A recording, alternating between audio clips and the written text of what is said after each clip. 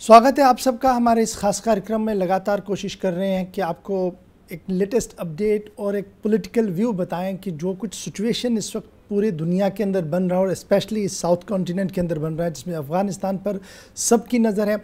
आज इस पर हमारा फोकस पॉइंट रहेगा क्योंकि आज जो हमारे मेहमान है वो एक्सपर्ट है इस पूरे मामले पर और ख़ुद बहुत बार डील कर चुके हैं अफ़गानिस्तान के साथ।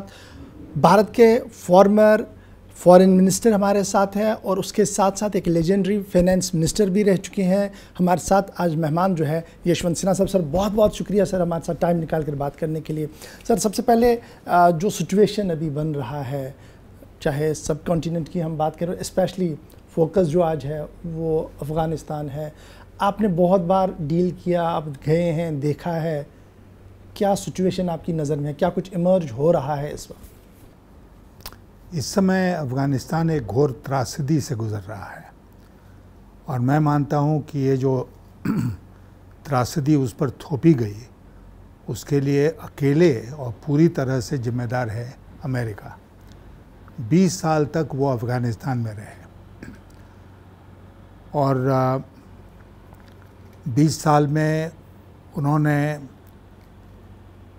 कोई ऐसा काम नहीं किया जिससे अफ़गानिस्तान के लोग अपने पांव पर खड़े हो सकें। जो भी उन्होंने जिस भी हुकूमत को बैक किया वो हुकूमत इतनी कमज़ोर थी कि अब देखिए अशरफ गानी उनके जो राष्ट्रपति थे वो भाग लिए। वहाँ की जो फ़ौज थी जिसको बहुत सारी सारा इक्विपमेंट और आर्म्स दिया था अमेरिका ने, उन्होंने उसको सरेंडर कर दिया और कहीं नज़र नहीं आए। और अब वो कह रहे हैं कि हमें आश्चर्य है कि इतनी जल्दी तालिबान ने पूरा कब्ज़ा कर लिया। अब अमेरिका जैसा देश जिसके पास इतने रिसोर्सेज हैं, एसेट्स हैं, वो अगर कहे कि हमें ये पता नहीं था कि तालिबान इतनी जल्दी कैप्चर कर लेगा, तो मुझे लगता है कि तब ये बहुत एक अपने आप में चौंकाने वाली बात है।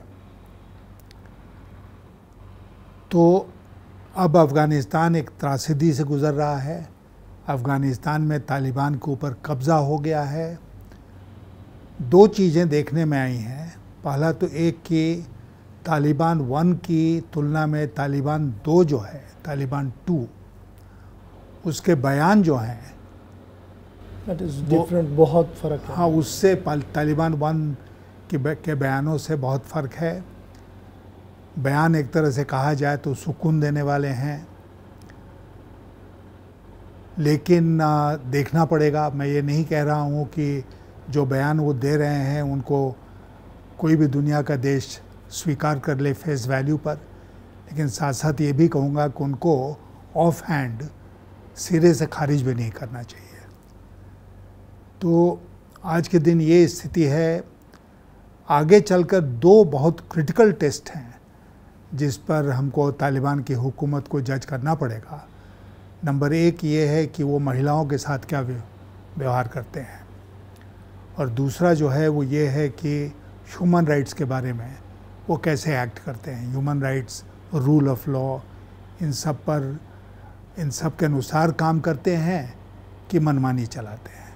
उस पर बहुत कुछ निर्भर करेगा भारत का रुख भी और दुनिया के दुनिया का भी उस पर। एक बड़ा इंपॉर्टेंट जो आपसे जानना चाहूँगा, क्योंकि आप विदेश मामलों पर गहरी पकड़ रखते हैं, दोहा में जिस तरीके से मीटिंग्स हुई इनमें भारत भी वहाँ पहुँचा, डेट इज सेकेंडरी क्वेश्चन, लेकिन दोहा एग्रीमेंट विज़ा विज़ अफ़गानिस्तान और भारत का इंटरेस्ट, उसे आप कहाँ पर देख रहे हैं? देखिए, दोहा से पहले अभी जो एग्रीमेंट हुआ उसके पहले आपको याद होगा कि ट्रम्प साहब जब राष्ट्रपति थे तो उन्होंने तालिबान के साथ मार्च 2020 में एक एग्रीमेंट किया।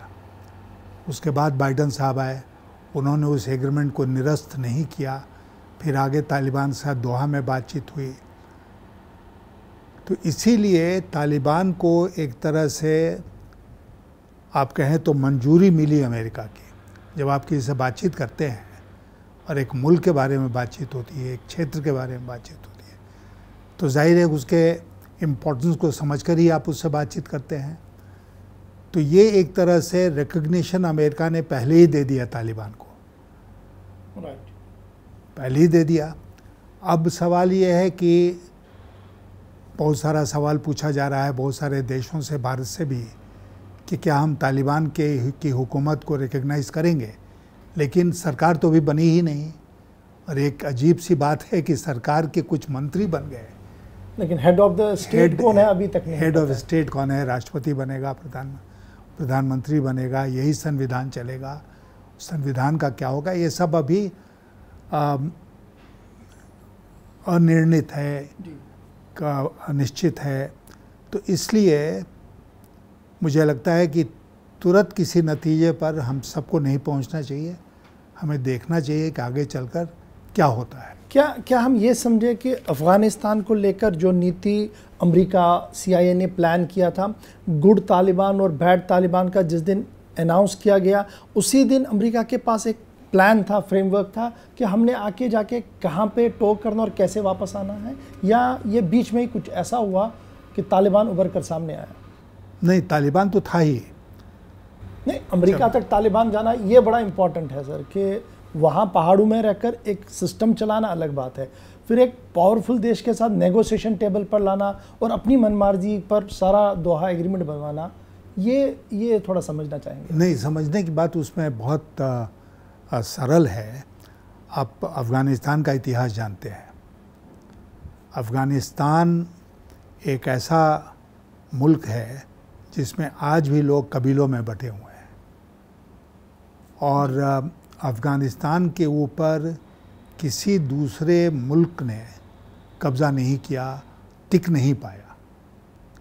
आप जानते हैं उस वाक़या को, जब अंग्रेज़ों की एक फ़ौज गई अब काबुल, वहाँ छावनी बनाई उन्होंने, और उसके बाद उनके ऊपर अफ़गानियों का आक्रमण हुआ और उस पूरी फ़ौज में से केवल एक डॉक्टर लौट कर आया, सारे के सारे मार दिए गए।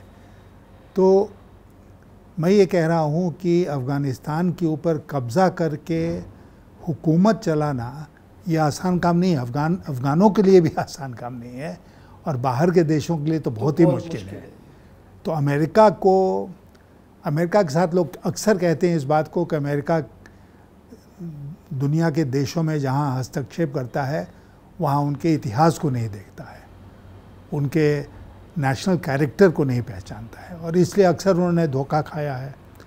और एक बार फिर आज अफ़गानिस्तान में हम देख रहे हैं कि उन्होंने धोखा खाया। लेकिन साथ साथ में ये भी कहूँगा कि जब ट्रंप ने, बाइडन ने, बल्कि उसके पहले के भी राष्ट्रपतियों ने ये फैसला किया कि अफ़गानिस्तान से हम वापस आएंगे, तो पूरा डिटेल, जिसको कहते हैं मिनट टू मिनट, उनको तय कर लेना चाहिए था कि हम कैसे करेंगे, और ये उनको सुनिश्चित करना चाहिए था कि इसके चलते कहीं पर कोई परेशानी उनके लिए, बाकी दुनिया के लिए और अफ़गानिस्तान के लोगों के लिए परेशानी नहीं हो। ऐसा अफ़गानिस्तान में अमेरिका ने नहीं किया, और इसीलिए सारा दृश्य हमको देखने को मिल रहा है। अच्छा, इस पूरे क्षेत्र में अब जो सिचुएशन अभी हम देख रहे हैं, रूस एक एडवांटेज लेने की कोशिश में। कल हमने देखा कि चीन के साथ उनकी बातचीत हुई है, रात को पाकिस्तान के प्रधानमंत्री के साथ बात हो रही है। भारत को आप कहाँ पर देख रहे हैं, और भारत का आज के दिन में क्या कुछ स्टैंड होना चाहिए? देखिए, कुछ दिन पहले मैंने ये कहा था कि रूस भारत का बहुत पुराना मित्र है, और रूस के बारे में हम बराबर ये कहते हैं कि ऑल वेदर फ्रेंड है इंडिया का। लेकिन शुरू के दिनों में रूस नज़र आया चीन और पाकिस्तान के साथ खड़ा हुआ अफ़गानिस्तान के मसले पर।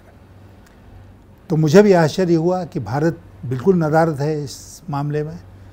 लेकिन इधर हाल के दिनों में हमारा एक डेलीगेशन गया मॉस्को, उन लोगों की बातचीत हुई है वहाँ के लोगों से। हमारे प्रधानमंत्री ने पुतिन से बातचीत की है फ़ोन पर, या तो अब भारत जो है वो अप्रोच कर रहा है रूस को, ताकि अफ़गानिस्तान के मसले पर रूस का अलग रवैया हो, भारत का अलग रवैया हो। ऐसा नहीं होना चाहिए था, और शायद अब बातचीत के बाद होगा भी नहीं। लेकिन मुझे ऐसा लगता है, मैं बिल्कुल सफाई के साथ इस बात को कहना चाहता हूँ कि अफ़गानिस्तान की समस्या और त्रासदी के लिए एक मुल्क जिम्मेदार है तो अमेरिका है।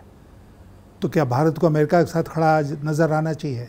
आप अगर अमेरिका के साथ खड़े नज़र आते हैं तो अफ़गानिस्तान में आपकी बहुत कदर नहीं होगी।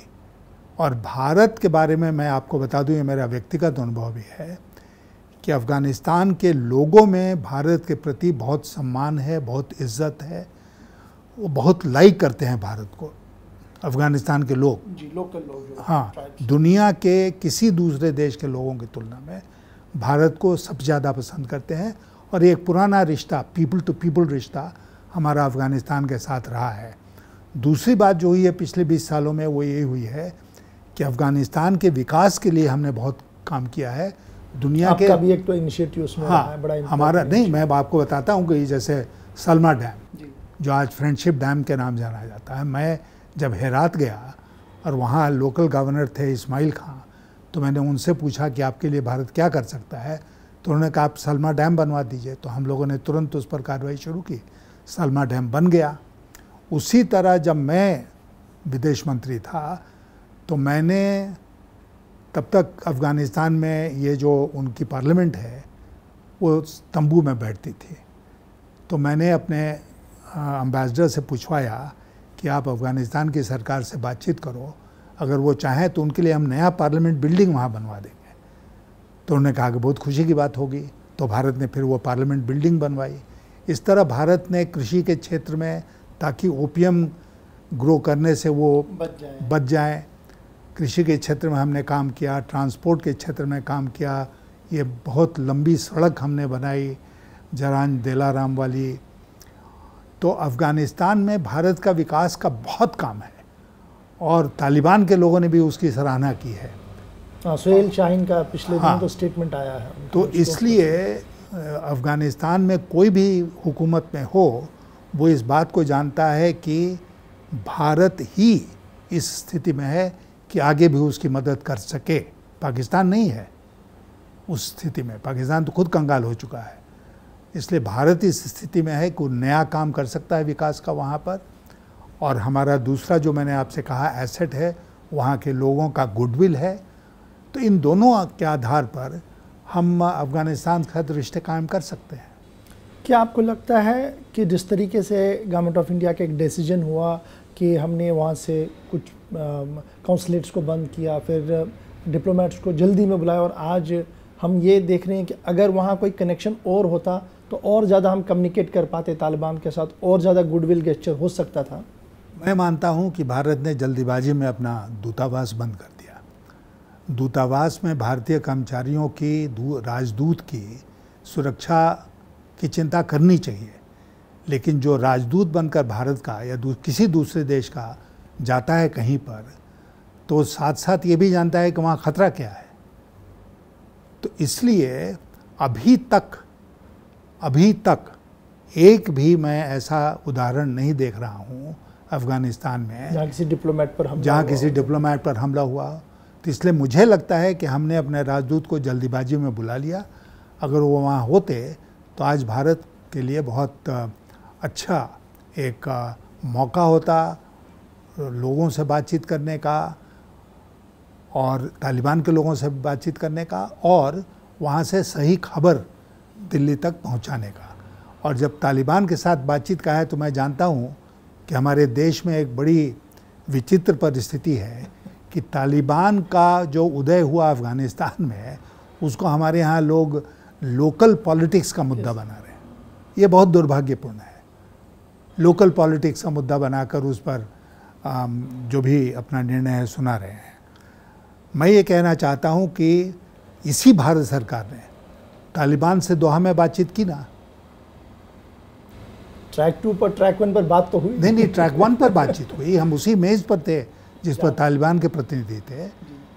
तो जब भारत सरकार ने ये फैसला किया तो भारत सरकार की जो पार्टी है, भारतीय जनता पार्टी, उसके लोग क्यों बिलबिला रहे हैं इधर उधर कि नहीं तालिबान ऐसा, तालिबान वैसा। तो मैं तालिबान की कोई तारीफ़ नहीं कर रहा हूँ, और मैं ज़ोर दे के इस बात को कह रहा हूँ कि आगे चल के हम देखेंगे कि तालिबान का रुख रवैया क्या रहता है।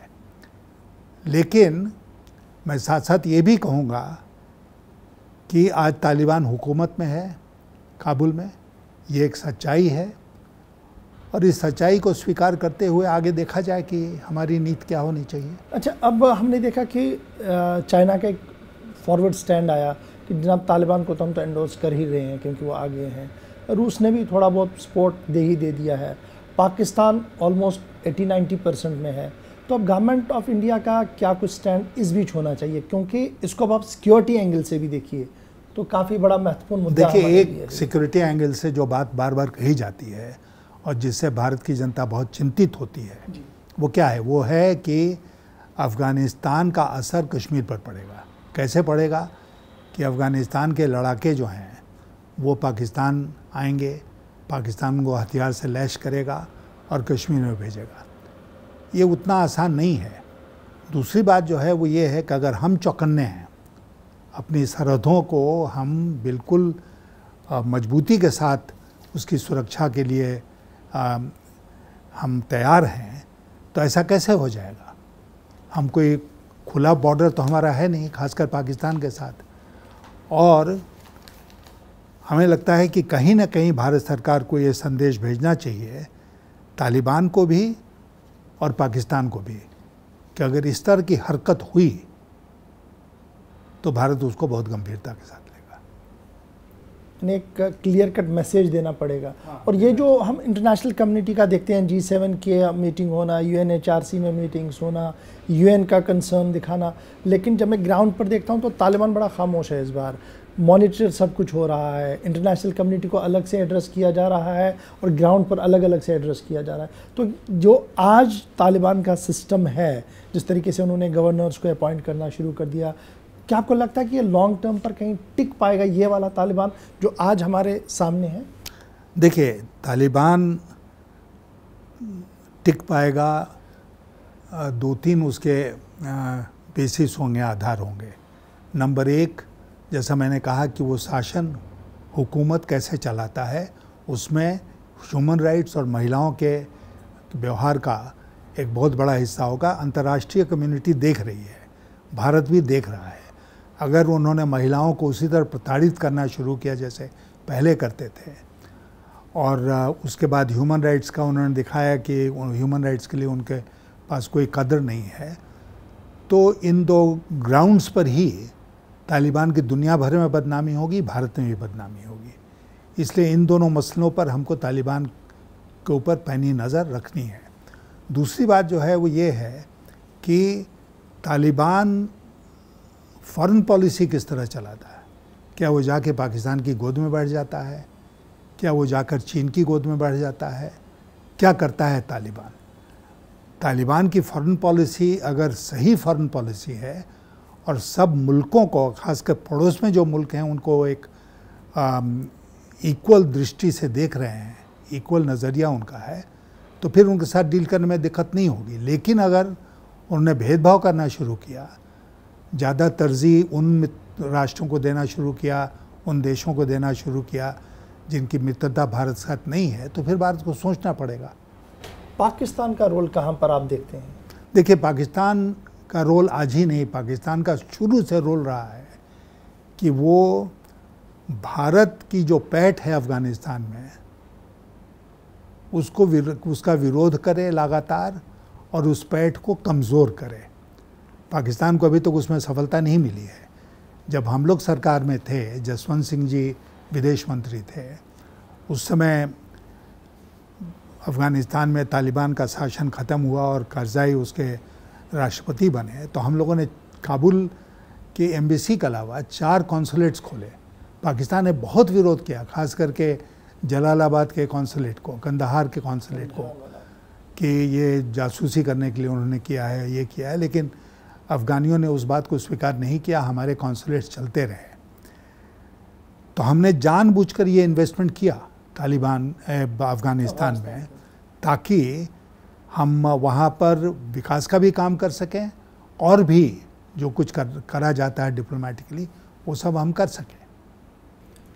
तो at the end of the day ये है कि पाकिस्तान अपना रोल करता रहेगा, लेकिन भारत सरकार ने अभी अपने आँख भी खोल के रखनी है और पूरे सिस्टम को देखना पड़ेगा कि दुनिया भर में तालिबान को कैसे एंडोर्स किया जाएगा, और उसी सिस्टम को लेकर हमने भी आगे बढ़ना होगा। नहीं, हम ये नहीं करें कि ब्लाइंडली उस सिस्टम को लेकर आगे बढ़ें।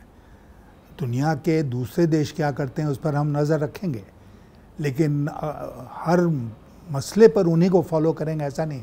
कभी कभी भारत को लीड भी करना पड़ेगा और दूसरे देश जो हैं वो भारत को फॉलो करें। आज की विदेश नीति को आप कैसे देख रहे हैं?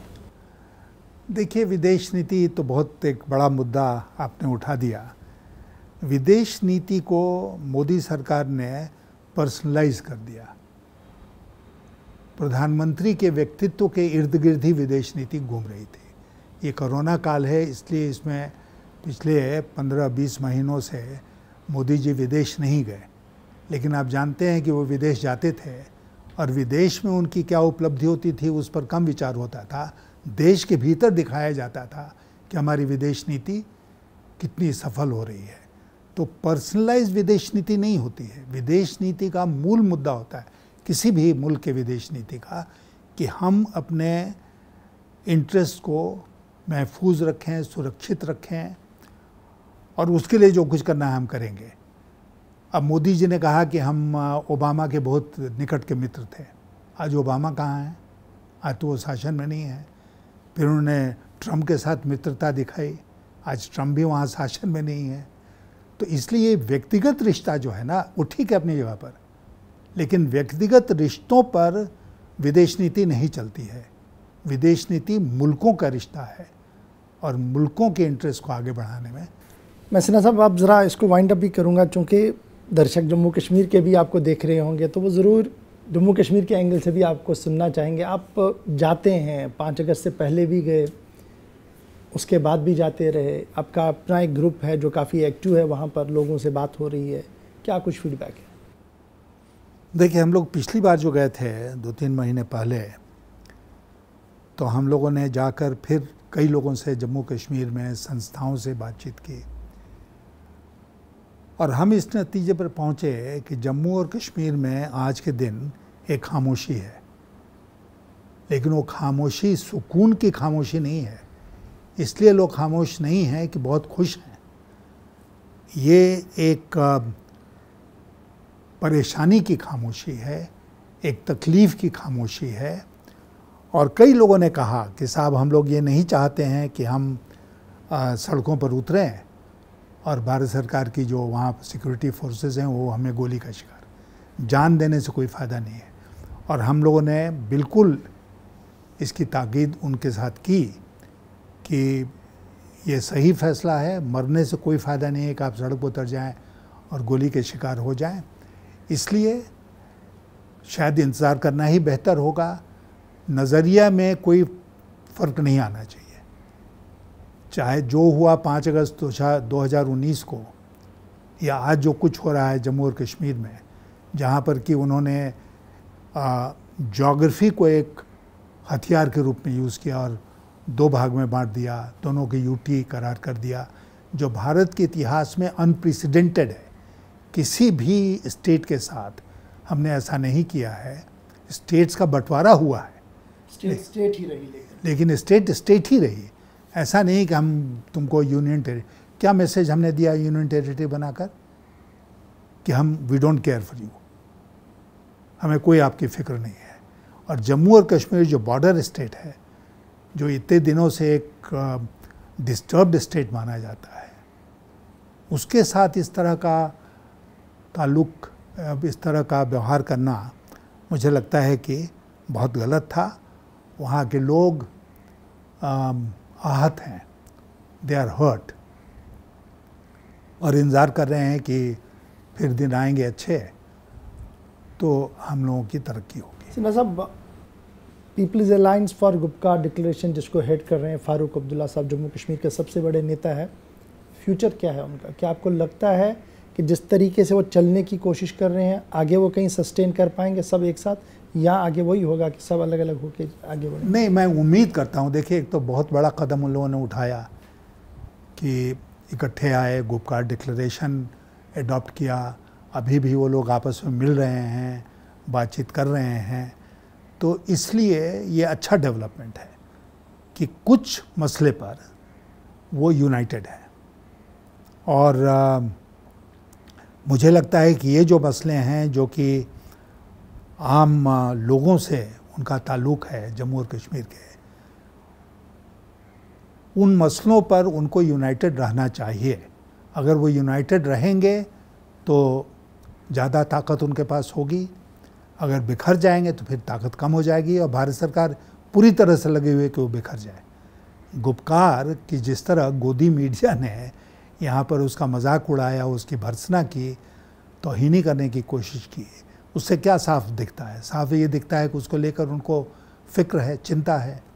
तो इसलिए मैं तो उनको यही एडवाइस करूँगा कि आप लोग यूनाइटेड रहिए और इन मसलों पर, जो पूरे जम्मू और कश्मीर का मसला है, उस पर यूनाइटेड रह के अपनी लड़ाई लड़िए। क्या आपकी नज़र में जम्मू कश्मीर के लिए टाइम आ गया कि स्टेट इलेक्शंस होने चाहिए? क्योंकि आप लगातार मिल रहे हैं लोगों से, सिविल सोसाइटी से आपकी बात हो रही है।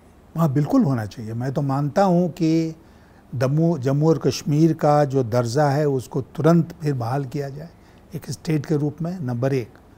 नंबर 2, बिना जम्मू कश्मीर में हम डिलिमिटेशन क्यों कर रहे हैं बाकी सब मुल्क को छोड़कर? क्यों इस फ़र्क को दिखा रहे हैं? डिलिमिटेशन 2024-25 में जब भी ड्यू है पूरे मुल्क में, तो जम्मू और कश्मीर में भी होगा। हम ही फ़र्क कर रहे हैं कि नहीं तुम अलग हो। तो इसलिए अभी डिलिमिटेशन का कोई मतलब नहीं है। पहले स्टेटहुड ग्रांट कीजिए, उसके बाद चुनाव कराइए, वहाँ पर एक चुनी हुई सरकार आए और तब उसके साथ आप मिलकर बातचीत करके आगे का रास्ता तय कीजिए। ये जो 371 की बात हो रही है कि ये 370 में जो कुछ था वो अगर 371 को इंडोर्स करके दिया जा सकता है, तो आप भी कानून को जानते हैं, आपने पार्लियामेंट प्रोसीडिंग्स को देखा है, क्या जम्मू कश्मीर के लोगों के सेंटिमेंट्स को इससे एड्रेस किया जा सकता है? देखिए, आर्टिकल 370 के बारे में जम्मू और कश्मीर में भी सब लोग यही महसूस करते हैं कि वो हॉलोड आउट एक आर्टिकल था, हॉलो हो गया था, खाली हो गया था, उसमें कुछ दम था नहीं। लेकिन एक इमोशनल अटैचमेंट 370 के साथ जम्मू और कश्मीर के लोगों का एक इमोशनल अटैचमेंट था, 35A के साथ एक इमोशनल अटैचमेंट था, तो उसको हमने डिस्टर्ब कर दिया। अब मैं तो इस बात को मानता हूँ कि 370 को किसी न किसी फॉर्म में वापस लाना चाहिए, क्योंकि जम्मू और कश्मीर की हुकूमत के साथ ही नहीं, जम्मू और कश्मीर के आवाम के साथ भी भारत का एक क्या समझदारी बनी थी 1947-48 में। तो हम क्यों उसको 75 साल के बाद कह रहे हैं कि नहीं, हम उसको नहीं मानते?